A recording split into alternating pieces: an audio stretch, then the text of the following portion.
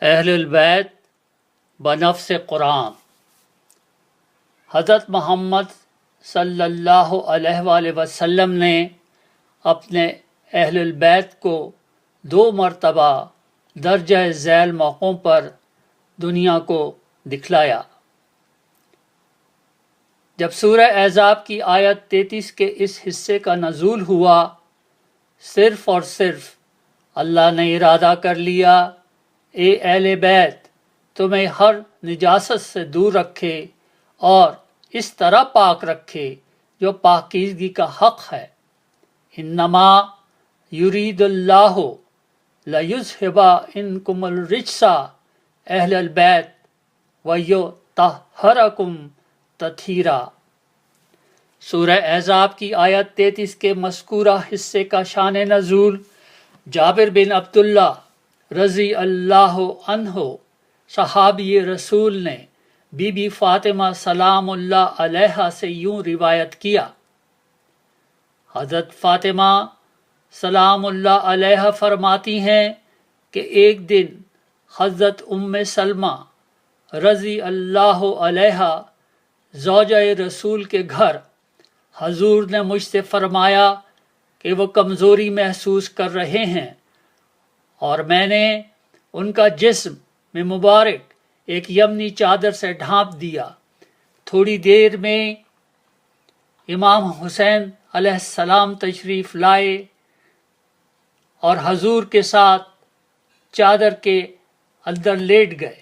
اس کے بعد امام حسن علیہ السلام، بی بی فاطمہ سلام اللہ علیہا اور مولا علی علیہ السلام بھی حضور کے ساتھ چادر کے اندر شامل ہو گئے۔ مزید برآں حضرت ام سلمہ رضی اللہ علیہا نے چادر کے اندر آنے کی اجازت مانگی، لیکن حضور نے کہا تم اپنی جگہ پر ہی رہو اور تم سلامتی پر ہو۔ اس وقت حضرت جبرائیل علیہ السلام تشریف لائے اور سورہ احزاب کی آیت 33 کا یہ حصہ حضور کو پہنچایا۔ انما یرید اللہ لیذھب عنکم الرجس اہل البیت ویطہرکم تطہیرا۔ مذکورہ طہارت سے متعلق حصہ قرآن میں اس مقام پر رکھا گیا۔ خیال رہے نزول قرآن کے مختلف حصوں کو حضور کی ہدایت کے تحت قرآن میں رکھا گیا، جیسے پہلی وحی اقرأ باسم ربک الذی خلق کو سورہ علق 96 نمبر سورہ اور دوسری وحی کی آیات کو سورہ قلم 68 نمبر سورہ میں رکھا گیا۔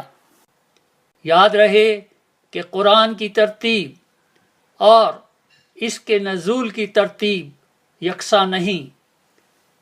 سورہ احزاب کی آیت 33 کا طہارت سے متعلق حصہ لفظ انما سے شروع ہوتا ہے، جو کہ کلمہ حصر ہے، جس کا عربی زبان کے اصول کے تحت عبارت میں اس جگہ استعمال کیا جاتا ہے جب کلام کے مفہوم کا اطلاق صرف اور صرف انما کے بعد والی عبارت پر ہوتا ہے۔ لہذا لفظ انما سے پہلے جو مشروط عبارت میں حضور کے بیویوں کے متعلق ذکر کیا گیا، اس متن پر لفظ انما کے بعد عبارت میں جو کہا گیا اس کا اطلاق نہیں ہوتا۔ جملہ حقائق سے ثابت ہوا کہ چادر کے اندر حضور کے ساتھ جو ہستیاں تھیں صرف وہی اہل بیت میں شامل ہیں، نہ کہ حضور کی بیویاں، جس بارے میں بعض علماء غلط فہمی کا شکار ہیں۔ 9 ہجری میں جب حضور اور نجران کے عیسائیوں کے درمیان حضرت عیسیٰ علیہ السلام کی ولدیت کے معاملے پر اتفاق نہ ہو سکا، تو اللہ کے اس حکم پر کہ تم اپنے بیٹوں کو لاؤ اور ہم اپنے بیٹوں کو لائیں، تم اپنی عورتوں کو لاؤ اور ہم اپنی عورتوں کو لائیں، تم اپنے نفسوں کو لاؤ اور ہم اپنے نفسوں کو لائیں، پھر اللہ کی بارگاہ میں دعا کریں کہ جھوٹوں پر اللہ کی لعنت ہو۔ سورہ آل عمران آیت 61۔ حضور نے عیسائیوں کو مباہلے کی دعوت دی اس وقت، اور لوگوں کے علاوہ حضور کے فرزند ابراہیم زندہ تھے اور آپ کے 9 حرم تھے، لیکن حضور بیٹوں کی جگہ حسنین، عورتوں کی جگہ بی بی فاطمہ اور نفسوں کی جگہ مولا علی کو ساتھ لے کر مباہلے کے لیے تشریف لائے۔ اس موقع پر عیسائیوں کے بڑے پادری عبد المسیح نے مباہلہ کرنے سے انکار کر دیا اور جزیہ دینا قبول کیا۔ اس واقعے مباہلے کو اللہ نے قصہ حق کہا، سورہ آل عمران آیت 62۔ یہ مباہلہ جنگ صداقت تھی، اسی لیے حضور صرف صادق سے بلند درجہ ہستیوں کو ساتھ لے کر مباہلے کے لیے تشریف لائے۔ حضور نے فرمایا، میرے اہل بیت کشتی نوح کی مانند ہیں، جو اس میں سوار ہوا نجات پا گیا اور جو دور رہا غرق ہوا اور ہلاک ہو گیا۔ نیز حضور نے فرمایا، میں تمہارے درمیان 2 گراں قدر چیزیں چھوڑے جا رہا ہوں، ایک قرآن اور دوسری میری اطرت اہل بیت۔ یہ دونوں ایک دوسرے سے جدا نہ ہوں گے یہاں تک کہ حوض کوثر پر مجھ سے نہ آن ملیں۔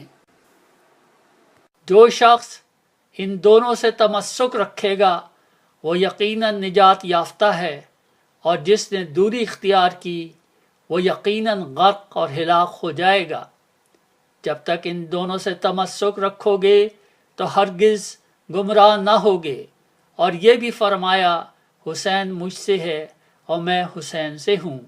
سیحائے 7۔